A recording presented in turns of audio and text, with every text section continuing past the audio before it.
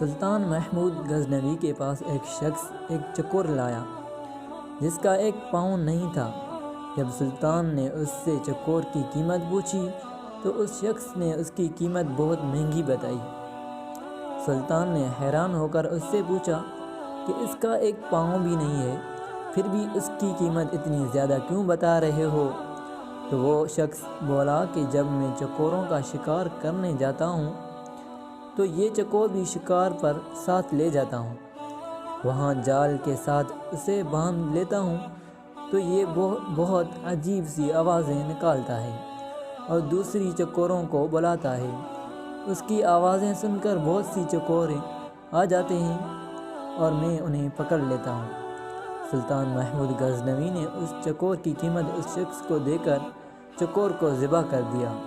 اس شخص نے پوچھا کہ اتنی قیمت دینے کے باوجود اس کو کیوں ذبح کیا؟ سلطان نے اس پر تاریخی الفاظ کہے، جو دوسروں کی دلالی کے لیے اپنوں سے غداری کرے اس کا یہی انجام ہونا چاہیے۔